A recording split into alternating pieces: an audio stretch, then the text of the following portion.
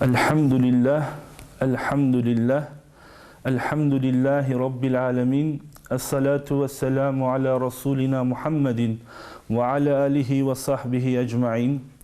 Allahu Teala fi kitabihil kerim. Euzu billahi mineşşeytanirracim. Bismillahirrahmanirrahim. Kul inne salati ve nusuki ve mahyaya ve memati lillahi Rabbil alemin. Sadakallahul azim. Bizler gerçekten öyle bir topluluktan mevzu bahis açıyoruz ki bunlar sahabe topluluğudur. Bunların yanlışları ve doğruları Rabbimiz tarafından denetlenmiş bir topluluktur. Yani bu sahabe topluluğu Resulullah Aleyhisselatü Vesselam ile yaşayan bu insanlar eğer yaptıkları işlerde bir doğruluk varsa, bir güzellik varsa Allah Azze ve Celle 7 kat semanın ötesinde yaptıkları o doğruyu tasdiklemiş ve doğrulamıştır. Eğer bu sahabe topluluğu bir yanlış yapmışlarsa yine Rabbimiz Azze ve Celle 7 kat semanın ötesinde o yanlışı tenkit etmiş ve o yanlışı düzeltmiştir. Yani bizler sahabe için şöyle söyleyebiliriz. Onlar bizler için provası yapılmış bir hayatın ölçülerini veren bir topluluktur. Bu hayatı önceden yaşamışlar ve ideal bir hayat nasıl olunur onu bize söylemişler. Öyleyse bizlerin de şunu unutmamamız lazım. Sahabe topluluğu razı olmuş ve razı olunmuş bir topluluktur. Bizler de onlara uyduğumuz vakit, o yıldızları gözetlediğimiz vakit, o yıldızların peşinden gittiğimiz vakit hiçbir şüphe olmasın ki bizler de razı olmuş ve razı olunmuş bir şekilde Rabbimizin huzuruna gideceğiz. Allah-u Teala bizi razı olmuş ve razı olunmuş bir şekilde kendi huzuruna alsın. Geçenki sohbetimizde arkadaşlar sahabenin tövbesini işledik. Çünkü bu elzemdir. Özellikle bu çağın insanlarına. Sahabe cahiliyenin karanlığından İslam'ın aydınlığına tövbe gibi bir müesseseyi ciddi anlamda yapmakla ulaştı. Bugün işleyeceğimiz konu ise itaattir. Eğer siz İslam toplumunu oluşturmak istiyorsanız ve eğer sizler önemli olan şudur ve eğer sizler İslam toplumunun bir ferdi olduğunuzu iddia ediyorsanız tövbe ettikten sonra itaati kendinize meslek edinmeniz lazım. Bunda hiçbir şüphe yok. Bakın Allahu Teala indirdiği ayetlerin çoğunda hep itaat vurgusu vardır. Çünkü ötesi yoktur. Ötesi isyandır. Ve Allahu Teala peygamberine de bunu çok iyi bir şekilde öğretmiştir. Şimdi Allah Resulü Aleyhisselatü Vesselam'dan biz itaati dinliyoruz değil mi? Ama öncelikle baktığımızda itaati en güzel şekilde bize resmeden sahabeden önce de Allah Resulü Aleyhisselatü Vesselam'dır. Hepimizin bildiği bir mevzuyu hatırlatarak itaat konusuna gireyim. Hani malumunuzdur Allah Resulü Aleyhisselatü Vesselam o büyük görevle, risalet göreviyle görevlendirildiğinde ne oldu? Ebu Cehiller, Velid bin Mughireler hepsi Allah Resulüne karşı ayaklandı ve onun bu davadan vazgeçirmek için ellerinden geleni yaptılar. Çareler alıyorlar. Ebu Talip hasta döşeğindeyken diyorlar ki amcasıdır. Sözünü de dinliyor Muhammed Aleyhisselatü Vesselam.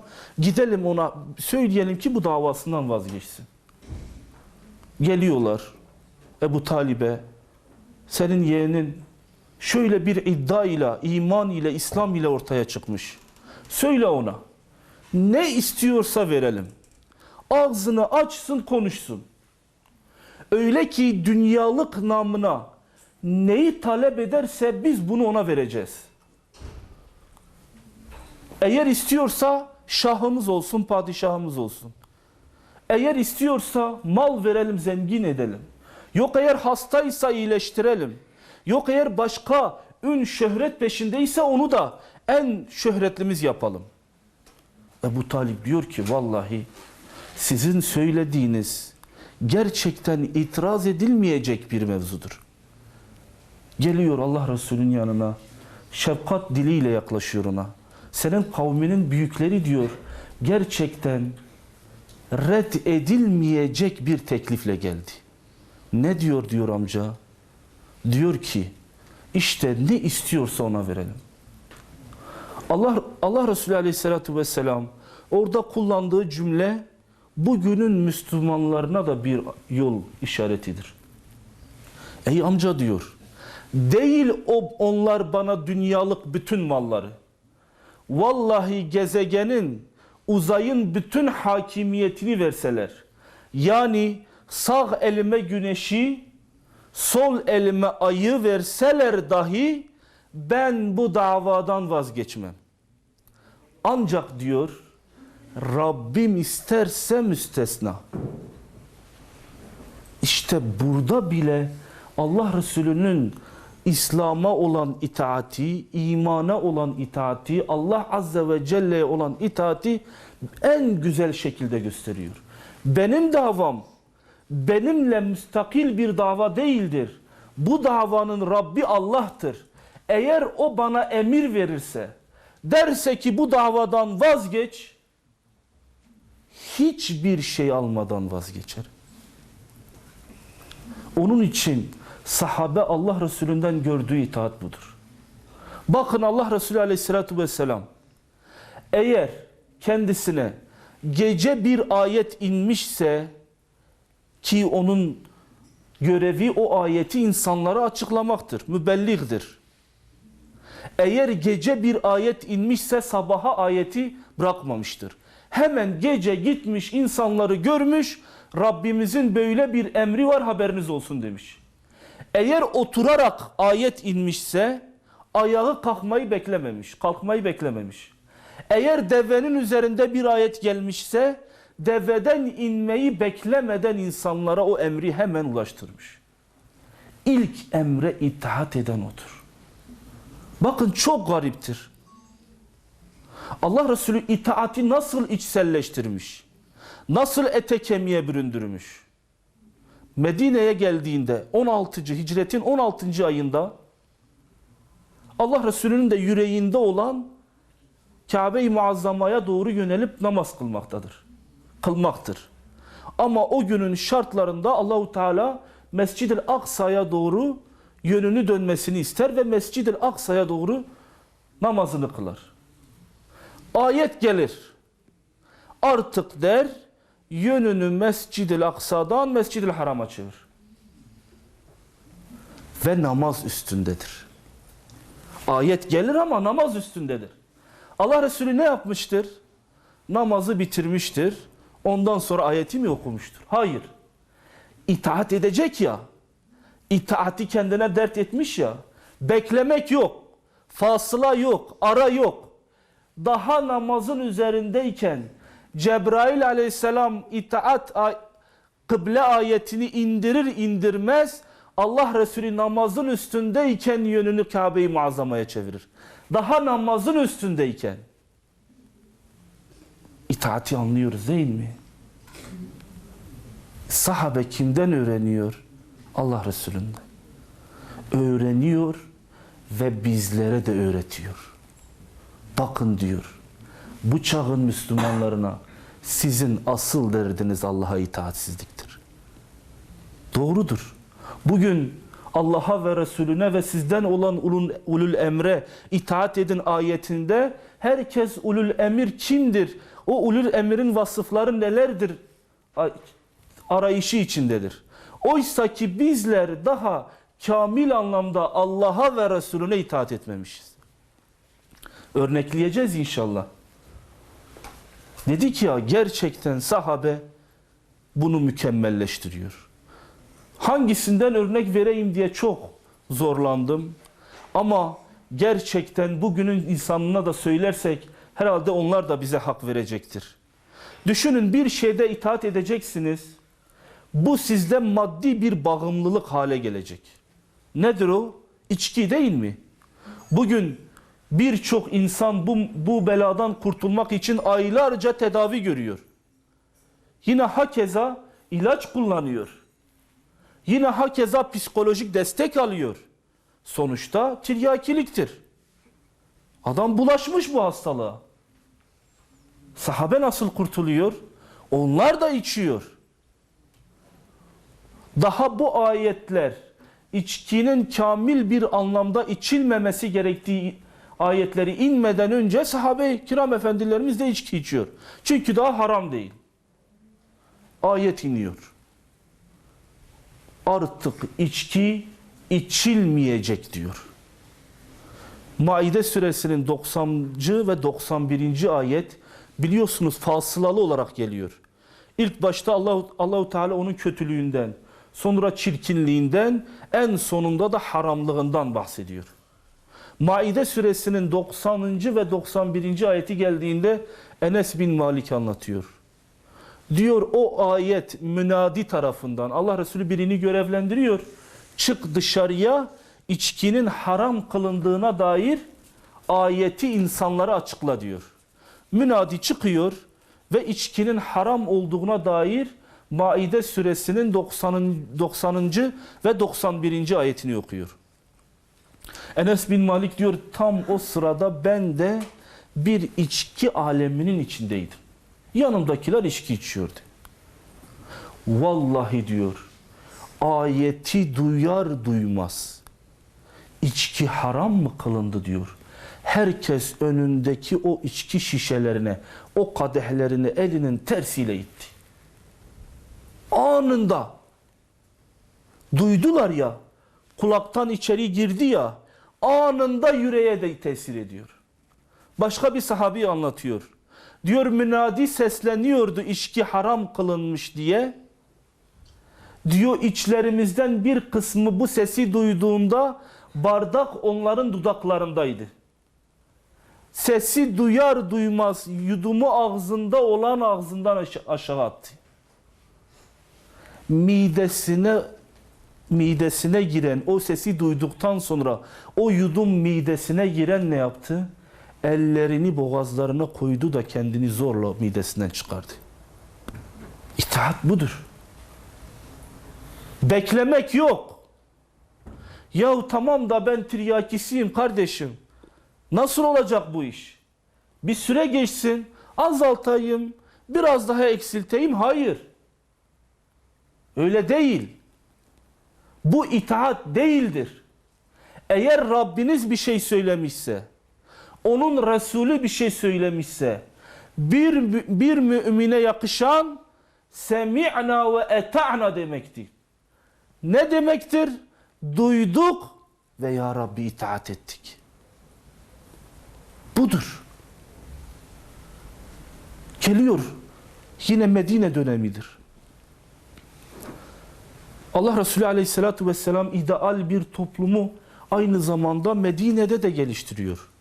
O toplum bizlere örnek olacak. Ama örnekliği de tarihe altın harflerle yazılacak. Hazreti Ayşe anlatıyor, Allah kendisinden razı olsun.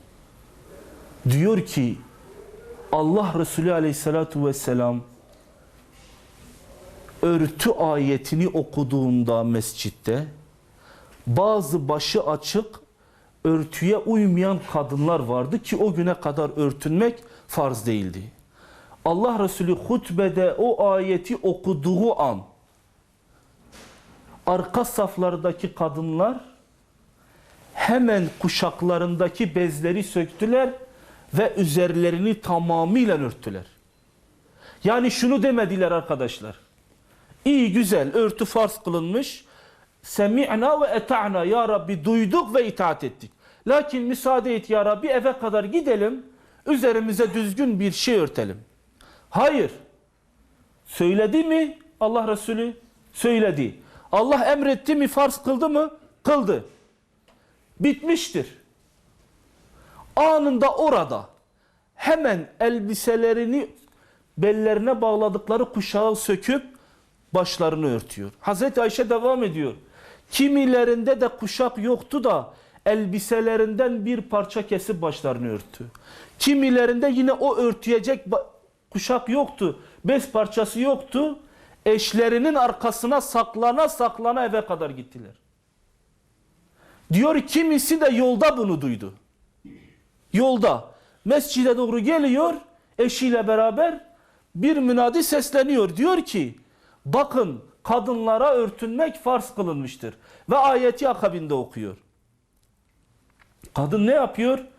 Geri dönecek eve doğru, ama öyle değil.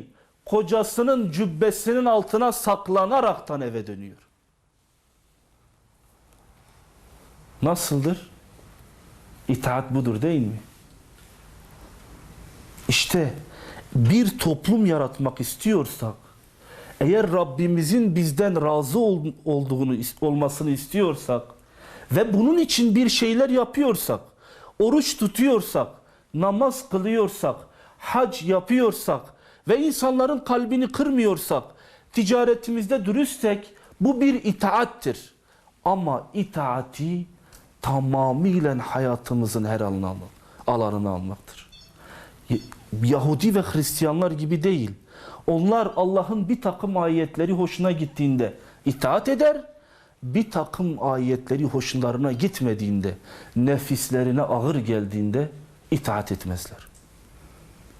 Bizlerde de olması gereken, uyulması gereken en büyük özellik de bu olmalıdır. Ne zaman ki biz bu özelliğimizi gerçekten kamil anlamda yerine getirirsek, o zaman işte itaat etmiş oluruz. Allah Resulü aleyhissalatü vesselam birçok yerde sahabeden biat almıştır. Diyor ki Utbe İbni Abd, diyor biz Allah Resulü'nün yanındayken ben muhtelif zamanlar içinde 7 defa Allah Resulü aleyhissalatü vesselam'dan biat aldım. Söz aldım Allah Resulü benden. Söz verdim. Verdiğim bu 7 biatten 5 tanesi itaat ile ilgiliydi. 2 tanesi muhabbet. Yani Allah Resulü aleyhissalatü vesselam sahabeden biat, muhtelif zamanlarda biat aldığında bunların diyor 5 tanesi itaat üzerindeydi. Bu ne demektir? Eğer itaat etmiyorsanız zaten hiçbir şey yapıyorsunuz anlamına gelmiyor ki. Yapmıyorsunuz demektir. İtaatın karşıtı itaat etmemek değildir. İsyan etmektir. Asi olmaktır. Allah Resulü aleyhissalatü vesselam sahabesinin ona gösterdiği itaat böyle sıradan mevzularda olduğu gibi en şiddetli mevzulardadır da. Biliyorsunuz içki zor bir itaattir.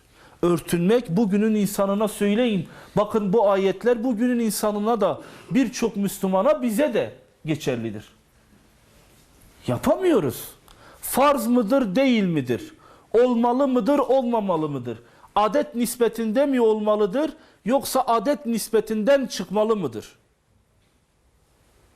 İşte bizler bu muhasebeyi yaptığımız için Allahu Teala'ya kamil anlamda itaat edemiyoruz. Uhud Savaşı arkadaşlar, sahabenin itaatin önemini bir kez daha derin hatlarıyla beraber anladığı bir savaştır.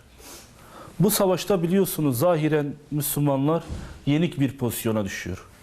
Ama Uhud sonrası yaşanan vakalar bizlere öyle büyük dersler çıkaracağımız vakalar oluşuyor ki, içlerinden bir tanesi de sahabedeki itaat anlayışının ne dereceye ulaştığını gösteriyor. Bakın arkadaşlar, Uhud sonrası nasıl bir tablo olduğunu söyleyeyim. Sadece Beni Seleme oğullarının 400 tane yaralısı vardır. 400 tane yaralısı. Allah Resulü aleyhissalatü vesselam Uhud sonrasında sahabeye diyor ki, bir an önce toplanın, düşmanı takibe gidiyoruz. Düşman gelmiş, Uhud muharebesi yapılmış ve 70'ten fazla büyük sahabi şehit edilmiş ve yüzlerce, hatta binleri bulan yaralı var ve herkes daha yeni Medine'ye gelmiş. Gelenler de yaralarını tedavi ediyorlar. Allah Resulü Aleyhisselatü Vesselam Hazreti Bilal'e emir buyuruyor. Git Müslümanlar içinde gez, bir an önce sefer için ayağa kalksınlar. Lakin Uhud savaşına katılmayanlar o seferde olmaz. Uhud savaşına gelmeyenler o seferde olmayacak. Yani münafıklar içinde olmayacak. Kim savaşa katılmışsa onlar gelebilir. Zorlama yok. Gelmeyenler münafıklar olacak. Şimdi herkes kendini o sahabeler yerine koysun. Hadis, herhangi bir yara almayanlar güzel bir şekilde şeye katılabilir. Savaşa katılabilir. Allah Resulü Aleyhisselatü Vesselam savaş için ayağa kalktığında yaralı sahabeler de ayağa kalkıyor. Bakın mesela şunu demiyorlar. Yahu daha biz imanımızı gösterdik. Bunun için bedel de ödedik. Ve birçoğumuz yaralıyız. Sağlam olanlar gitsin, sağlam olmayanlar geride kalsın. Ve Allah Resulü 8 kilometre boyunca düşmanı takip ediyor. Orada bir sahne var arkadaşlar. Rafi, Abdullah İbni Sehel, Rafi İbni Sehel. Bu iki sahabi abi kardeştirler.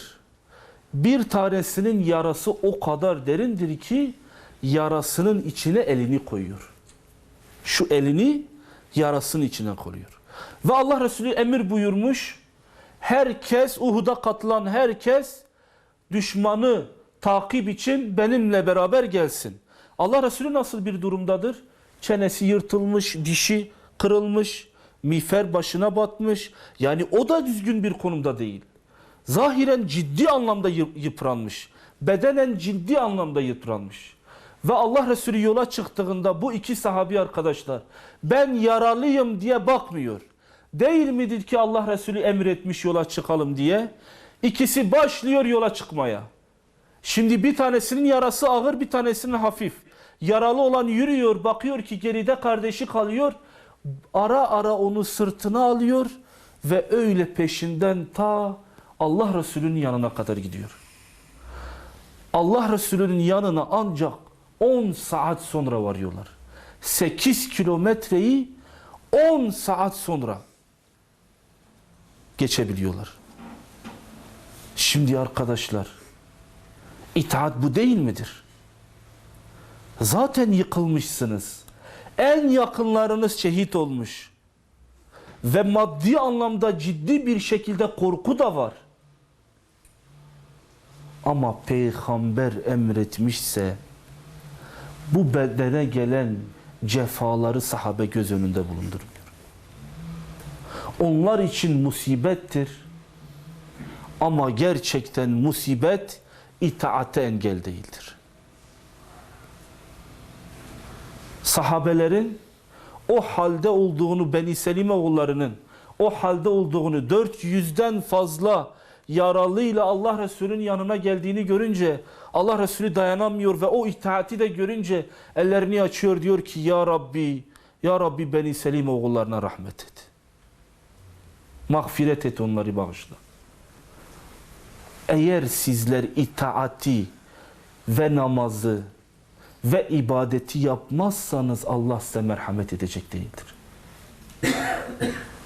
İşte Kur'an'ın bazı ayetlerinde de itaat formunun gelmeden önce itaatten sonra merhametinin gelmesinin sebebi de budur. Bizlere öğretilen itaat de budur. Allah Resulü Aleyhisselatü Vesselam sahabeye böyle öğretiyor. Sahabe de tabiine öyle öğretiyor. Ve tabiin de bunu yapıyor. Hazreti Ömer, Allah kendisinden razı olsun, diyorlar ki bir gün hac mevsiminde hac yapacağı sırada, haccın kalabalığı biliyorsunuz, hac mevsiminde Kabe'nin kalabalığı gerçekten ciddi anlamdadır. Orada tavaf sırasında bakıyor ki cüzzamlı bir kadın. Yani yolda yürürken yolda yürümesi gerçekten etrafa da sıkıntı veren bir kadın tavaf yapıyor. Hazreti Ömer dayanamıyor. Allah senden razı olsun diyor. Sen evinde otursan herhalde bu yaptığın işten daha hayırlıdır. Çünkü sen yürüdüğünde insanlara eziyet veriyorsun. Bir de insanlar sana bakınca acıyor. Sen evinde otursan daha iyi olur. Hazreti Ömer halifedir. Kadın peki diyor ve gidiyor evinde oturuyor. Anlatanlar diyor ki bir daha o kadını o kalabalık içinde tavaf ederken kimse görmedi. Yani ne demektir? İtaat ediyor. Sonra diyorlar ki Hazreti Ömer Allah kendisinden razı olsun şehit oluyor. Şehit olduktan sonra biri gidiyor o kadının kapısını çalıyor. Diyor ki haberin olsun sana evden çıkma diyen o zat var ya Hazreti Ömer o şehit oldu. Artık sen dışarıya çıkabilirsin. Kadın ne diyor? Vallahi diyor ben dirisine itaat ettiğim adamın ölüsüne de itaat ederim. Ben diyor diriyken ona itaat ettim. Öldükten sonra haydi itaat ederim. İşte bunun için sahabe bunun üzerinde duruyor. İşte bunun için Allah Resulü de defaatle bunu söylüyor. Allah Resulü aleyhissalatu vesselam Ebu Musa el-Eşari'nin vasıtasıyla bize ulaştığı bir hadisinde bakın diyor size bir ölçü vereceğim diyor. Şu ölçüye dikkat edin. Yani itaatin ne olduğunu bize söylüyor. Ve ulaşacağı yeri de ve itaatsizliğin vereceği zararı da ve ciddi anlamda önümüze resmediyor. Diyor ki ey insanlar benim gönderildiğim Allah tarafından gönderildiğim şu davanın misali tıpkı şu adamın misaline benzer diyor. Bir adam vardır köyünün dışına doğru gittiğinde büyük bir düşman ordusunun köyü yakıp yıkıp harabeye döndürmek için köye doğru geldiğini görür. Bu adam koşarak gelir ve halkının içinde durur ve insanlara bu olayı anlatır. Ey insanlar! Beni dinleyin, bana itaat edin. Bir düşman vardır ki köyümüzün gerisinde köyümüze doğru geliyor. Bir an önce ya köyü boşaltın ya da onlara karşı bir tedbir alın. Aksi takdirde onlar sizi buradan yok edecekler. Çıkaracaklar. Diyor ki Allah Resulü bana itaat edenin misali geceden evini barkını alıp o beldeden kaçıp canını kurtaran adamın misali gibidir. Bana itaat etmeyen adamın misali ise o adamın sözlerine aldırış etmeyip sabahlayıp o köyde düşman askerinin kılıncıyla yok olan adamdır. Yani şunu söylüyor. Kaybedeceğiniz şey sadece bu dünya değildir. Dikkat edin, ahiretimizi de kaybetmeyelim. Bizlerin yapamadığımız şey belki de budur. Hesabımıza gelen, nefsimize hoş gelen şeye itaat ediyoruz. Biraz ağır gelen, biraz hoş olmayan en ufak bir şeyde hemen itaatsizliği kendimize meslek ediniyoruz. Doğrudur. Bazı şeylerde insan aklıyla da hareket eder. Ama bazı mevzularda, İslami ve imani mevzularda kesinlik ile itaat farzdır. Ölçü nereye kadardır? Amire ne zamana kadar itaat edilir? Ma'rufu, iyiliği emredinceye kadar amire itaat edilir. Ma'ruf yoksa itaat edilmez. Bakın Allah Resulü Aleyhisselatü Vesselam amire itaat edilmesi adı altında onlarca hadis söylüyor sahabeye. Bize ulaştıranlar da sahabelerdir. Diyorlar ki bir gün bir sefere çıktık. Çıkmadan önce Allah Resulü amirimize, seriye komutanına itaat etmemiz gerektiğini bize söyledi. Sonra çıktık diyor, bir yere geldik, gece konakladık. Gece konakladık. Sonra bizim amirimiz, seriye komutanımız dedi ki, kalkın ve bir ateş yakın. Diyor oradaki insanlar biraz işi hafiften aldılar, ağırdan aldılar. Hemen toplamadılar. Sonra komutan diyor, amir sinirlendi. Size bir an önce ateş yakın demedim mi? Evet dedin. Hemen diyor herkesi bir vaveyla kopardı. Herkes birer odun parçası getirdi ve ateşi yaktık. Sonra dedi ki sinirli bir şekilde herkes o ateşin içine atlasın. Allah Resulü demedi mi bana itaat edin? Sahabeler dedi evet. Allah Resulü demişti ona itaat edin. Herkes hemen o ateşin içine atlasın. Ne oluyor? İçlerinden bazı sahabeler ateşe atlamak için hamle yapıyor. Allah Resulü demiş itaat edin. Bazıları da bu işin yanlış olduğunu komutana söylüyor. Komutan da siniri geçince bir şekilde ateş de sönüyor. Sahabeler de sakinleşiyor. Gelir gelmez sahabeler Allah Resulüne geliyor. Diyor ki ya Resulallah sen bize dedin ki amire itaat edin. Biz de amire itaat etmek üzere yola çıktık. Amirimiz bize böyle söyledi. Komutan böyle söyledi. Biz böyle yaptık. Sonra sinirlendi. Bir ateş yakmamızı istedi. Sonra bizim ateşe atlamamızı istedi. Bazı arkadaşlarımız ateşe atlamak için yeltendiler. Bazılarımız da engellediler. Allah Resulü ne diyor biliyor musunuz? Vallahi onlar atlasaydı kıyamete kadar ateşten çıkmayacaktı. Eğer onlar amiri dinleseydiler ve ateşe atlasaydılar kıyamete kadar oradan çıkmayacaklardı. Amire itaat ancak iyiliktedir, ma'ruftadır. Eğer bir amir Allah'ın rıza göstermeyeceği bir eylemi size dikte ediyorsa ona itaat yoktur.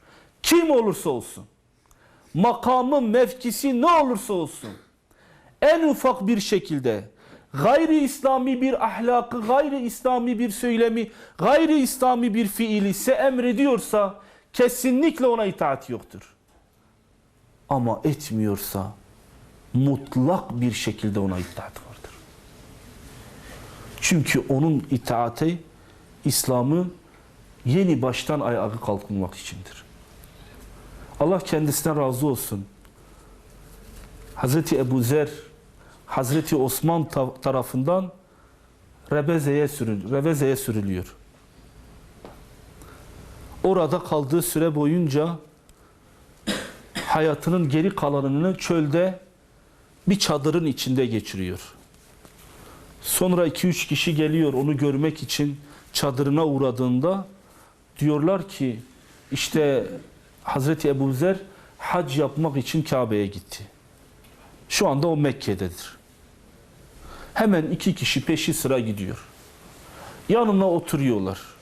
Oturur oturmaz başlıyorlar. Hazreti Osman'a da Hazreti Osman halifedir ve onu da çöle sürmüş ya, sürgün etmiş ya. Başlıyorlar o 2 kişi.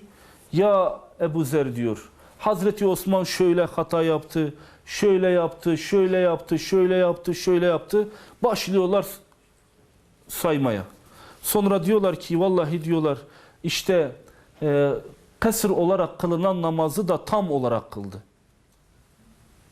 Hazreti Ebu Zer bunu da duyunca hayır diyor, vallahi diyor, ben Allah Resulü'nün yanındayken o şu namazı kasr olarak, kısaltarak kılmıştı. Hazreti Osman nasıl böyle bir şey yapar? Çok sinirli bir şekilde ona hiddetleniyor. Çok kızıyor ona. Sonra namaz vakti geliyor. O da hacdadır. Hac mevsimidir. O da hacdadır. Ve kalkıyor, Hazreti Osman gibi 4 rekat olarak kılıyor namazı. 2 rekat olarak kılmıyor. Yanındaki adamlar diyor ki, ya Ebu Zer, az önce sen demedin mi Allah Resulü bu namazı 2 rekat kılmış ve Hazreti Osman 4 rekat kıldı diye sen ona kızmadın mı? Şimdi niye 2 rekat 4 rekat kılıyorsun? Ben Allah Resulü'nden duydum ki başınızdaki eski zenci bir köle dahi olsa, hatta başı şu kadar bile olan bir köle dahi olsa ona itaat edin. Oradakiler anlıyorlar ki itaat ile muhalefet arasında fark vardır. İşte sahabe bu yönden onların ihtilafları da rahmetti. Olabilir, yanlış da yapmış olabilir ama ona itaat farzdır diyor Hazreti Ebu Zer. Bize söyledikleri mesajlar çoktur sahabenin. Ve gerçekten o sahabelerin bize öğrettiği bu itaat mevzusunu eğer biz de onlar gibi anlayabilirsek ne bugün bu halde olurduk ne de İslam ümmeti bu halde kalmaya devam ederdi.